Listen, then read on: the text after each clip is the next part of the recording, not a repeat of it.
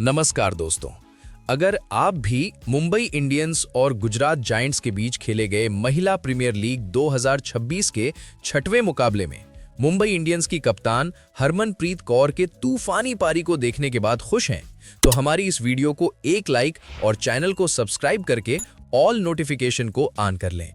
तो चलिए दोस्तों, आपका ज्यादा समय ना लेते हुए आज की इंटरेस्टिंग हाइलाइट्स वीडियो को स्टार्ट करते हैं। दोस्तों, जैसा कि आप जानते हैं, महिला क्रिकेट अब एक नए मुकाम पर पहुंच चुका है और WPL के इस तीसरे सीजन में रोमांच अपने चरम पर है। दोस्तों, आज महिला प्रीमियर लीग 2026 के छठवें मुकाबले में आमने सामने थी डिफेंडिंग चैंपियंस मुंबई इंडियंस और गुजरात जायंट्स, जहां नवी मुंबई के DY पाटिल स्टेडियम में दर्शकों से खचाखच भरा हुआ था और माहौल पूरी तरह से विद्युतमय था। दोस्तों, सबसे पहले बात करते हैं टॉस की। आज के इस अहम मुकाबले में मुंबई इंडियंस की कप्तान हरमनप्रीत कौर ने टॉस जीता और बिना किसी हिचकिचाहट के पहले गेंदबाजी करने का फैसला किया। DY पाटिल के पिच आमतौर पर बल्लेबाजों के लिए स्वर्ग मानी जाती है और ओस की संभावना को देखते हुए हरमनप्रीत का यह फैसला बिल्कुल सही प्रतीत होता है। मुंबई की टीम में आज एक बड़ा बदलाव देखने को मिला। स्टार ऑलराउंडर हीली मैथ्यूज की वापसी हुआ था, जिन्हें नैट सिवर ब्रंट की जगह शामिल किया गया था। वहीं दूसरी ओर गुजरात जायंट्स की कप्तान एशले गार्डनर ने बताया कि उनकी टीम में भी बदलाव हुए था। चोटिल अनुष्का शर्मा की जगह आयुषी सोनी को मौका दिया गया था। अब दोस्तों, मैच की शुरुआत हुई गुजरात जायंट्स की बल्लेबाजी से। पारी का आगाज करने मैदान पर उतरी दुनिया की दो सबसे खतरनाक बल्लेबाज, कप्तान बेथ मुनी और अनुभवी सोफी डिवाइन। मुंबई की ओर से पहला ओवर लेकर आई रफ्तार की सौदागर शबनम इस्माइल। पहली ही गेंद से आक्रामकता साफ झलक रही थी। सोफी डिवाइन, जो पिछले मैचों में शानदार फॉर्म में थी, उन्होंने अपने इरादे जाहिर करने में देर नहीं लगाई, लेकिन शबनम इस्माइल ने अपने अनुभव का इस्तेमाल किया। पारी के तीसरे ही ओवर में इस्माइल ने मुंबई को पहली सफलता दिलाई। एक शानदार लेंथ गेंद जो बल्ले का बाहरी किनारा लेते हुए सीधे विकेटकीपर जी कमालिनी के दस्तानों में समा गई। सोफी डिवाइन 8 रन बनाकर पवेलियन लौटी और गुजरात को 22 रन के स्कोर पर पहला झटका लगा। इसके बाद क्रीज पर आई युवा कनिका आहूजा। कनिका ने आते ही मैदान के चारों ओर अपने शॉट्स खेलने शुरू कर दिए। जहां एक तरफ बेथ मुनी पारी को संभालने की कोशिश कर रही थी, वहीं कनिका ने आक्रामक रुख अपनाया। पावर प्ले का खेल खत्म होने तक गुजरात जायंट्स ने 1 विकेट के नुकसान पर 62 रन बना लिए थे, जो कि एक बेहतरीन शुरुआत कही जाएगी। कनिका आहूजा ने शबनम इस्माइल और साइका इशाक के खिलाफ कुछ करारे चौके लगाए। जैसे ही पावर प्ले खत्म हुआ, स्पिनर्स का जादू देखने को मिला। अमेलिया केर और हीली मैथ्यूज ने गेंदबाजी का मोर्चा संभाला। 7वें ओवर में अमेलिया केर ने अपनी फिरकी का जादू चलाया। बेथ मुनी, जो 33 रन बनाकर सेट हो चुकी थी, अमेलिया केर की एक गुगली को पढ़ने में नाकाम रही और गेंद सीधे गेंदबाज के हाथों में खेल बैठी। एक आसान सा कैच और गुजरात का दूसरा विकेट 64 के स्कोर पर गिरा। ये मुंबई के लिए एक बड़ी राहत थी, क्योंकि बेथ मुनी अगर टिक जाती तो स्कोर और भी बड़ा हो सकता था। अब मैदान पर थी कैप्टन एशले गार्डनर और कनिका आहूजा। दोनों ने मिलकर पारी को आगे बढ़ाया, लेकिन मुंबई की कसी हुई गेंदबाजी के सामने रन बनाना मुश्किल हो रहा था। 10वें ओवर में निकोला कैरी ने अपनी विविधता का प्रदर्शन किया। निकोला कैरी की गेंद पर एशले गार्डनर LBW की जोरदार अपील का शिकार हुई, लेकिन अंपायर ने इसे नकार दिया। हालांकि कुछ ही देर बाद कैरी ने गार्डनर को अपने जाल में फंसा ही लिया। गार्डनर 20 रन बनाकर आउट हुई। इसके तुरंत बाद हीली मैथ्यूज ने सेट बल्लेबाज कनिका आहूजा को 35 के निजी स्कोर पर आउट कर गुजरात को चौथा झटका दिया। कनिका ने अपनी पारी में 3 चौके और 2 छक्के लगाए, लेकिन जब टीम को उनकी सबसे ज्यादा जरूरत थी, वो आउट हो गई। 10 ओवर के बाद गुजरात का स्कोर 3 विकेट पर 99 रन था, लेकिन जैसे ही कनिका आउट हुई, रनों की गति पर मानो ब्रेक लग गया। 11वें से 15वें ओवर के बीच मुंबई इंडियंस ने शिकंजा कस दिया। नए बल्लेबाज जॉर्जिया वेयरहम और आयुषी सोनी क्रीज पर थीं। आयुषी सोनी, जो अपना पहला मैच खेल रही थी, काफी दबाव में दिखी। वे गेंद को टाइम नहीं कर पा रही थीं और स्ट्राइक रोटेट करने में भी संघर्ष कर रही थीं। 14 गेंदें खेलने के बाद भी आयुषी सिर्फ 11 रन ही बना सकी।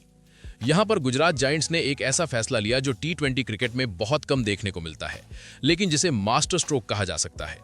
रन रेट को गिरता देख टीम मैनेजमेंट ने आयुषी सोनी को रिटायर्ड आउट करने का फैसला किया। यह एक साहसिक कदम था, ताकि डैशिंग बल्लेबाज भारती फुलमाली को क्रीज पर लाया जा सके।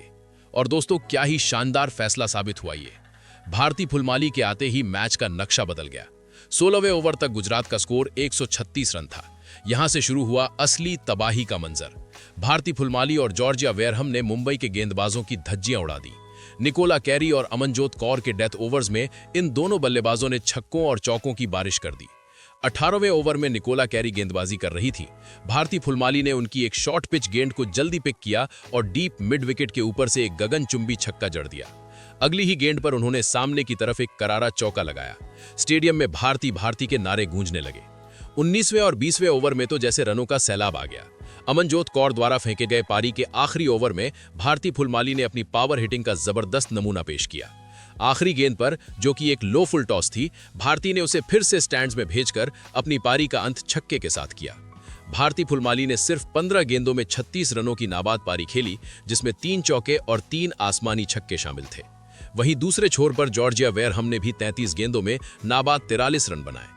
इन दोनों के बीच हुई 50 से ज्यादा रनों की साझेदारी ने गुजरात जायंट्स को एक विशाल स्कोर तक पहुंचाया। आखिरी 5 ओवरों में गुजरात ने 62 रन बटोरे और निर्धारित 20 ओवरों में 5 विकेट के नुकसान पर 192 रनों का विशाल स्कोर खड़ा किया।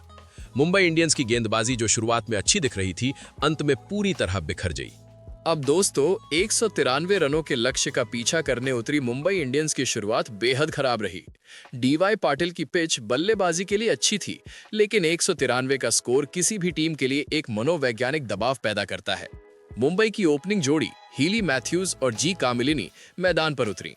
गुजरात की ओर से रेणुका सिंह ठाकुर और काशवी गौतम ने नई गेंद से आक्रमण की शुरुआत की। पारी के तीसरे ओवर में ही मुंबई को पहला झटका लगा, जब जी कामिलिनी सिर्फ कुछ रन बनाकर आउट हो गईं। इसके बाद सारी उम्मीदें हीली मैथ्यूज पर टिकी थीं, जो चोट के बाद वापसी कर रही थीं। मैथ्यूज ने कुछ अच्छे हाथ दिखाए और 22 रन बनाए, लेकिन पावर प्ले के खत्म होने से पहले ही वो भी काशवी गौतम का शिकार बन गईं। 4.5 ओवर में मुंबई का स्कोर 37 रन पर 2 विकेट था। स्टेडियम में सन्नाटा छा गया था। मुंबई के 2 मुख्य बल्लेबाज पवेलियन लौट चुके थे और आवश्यक रन रेट लगातार बढ़ रहा था। गुजरात जायंट्स के गेंदबाज हावी हो रहे थे और ऐसा लग रहा था कि आज मुंबई का अजेय रथ रुक जाएगा। जब टीम भंवर में फंसी थी, तब कप्तान हरमनप्रीत कौर क्रीज पर आईं। उनके साथ थी युवा अमनजोत कौर। यहां से मैच का एक नया अध्याय शुरू हुआ। हरमनप्रीत कौर ने आते ही अपने इरादे साफ कर दिए। उन्होंने पहली कुछ गेंदों को परखा और फिर अपने चिर परिचित अंदाज में बल्लेबाजी शुरू की। दूसरी तरफ अमनजोत कौर ने भी कप्तान का बखूबी साथ दिया। दोनों ने मिलकर स्कोरबोर्ड को चलाना शुरू किया। अमनजोत कौर ने एशले गार्डनर और तनुजा कंवर के खिलाफ कुछ शानदार स्वीप और कट शॉट्स खेले। 10 ओवर खत्म होने तक मुंबई ने खुद को मैच में बनाए रखा था। अमनजोत कौर ने निडर होकर बल्लेबाजी की और 26 गेंदों में 40 रनों की महत्वपूर्ण पारी खेली। उन्होंने हरमनप्रीत के साथ मिलकर तीसरे विकेट के लिए 72 रनों की साझेदारी की। इस साझेदारी ने मुंबई को मैच में वापस ला खड़ा किया। जब अमनजोत कौर आउट हुई, तब मुंबई का स्कोर 109 रन था। अब भी जीत के लिए लगभग 84 रनों की दरकार थी और ओवर कम बचे थे। लेकिन क्रीज पर हरमनप्रीत कौर अभी भी मौजूद थीं और उनका साथ देने आई निकोला कैरी।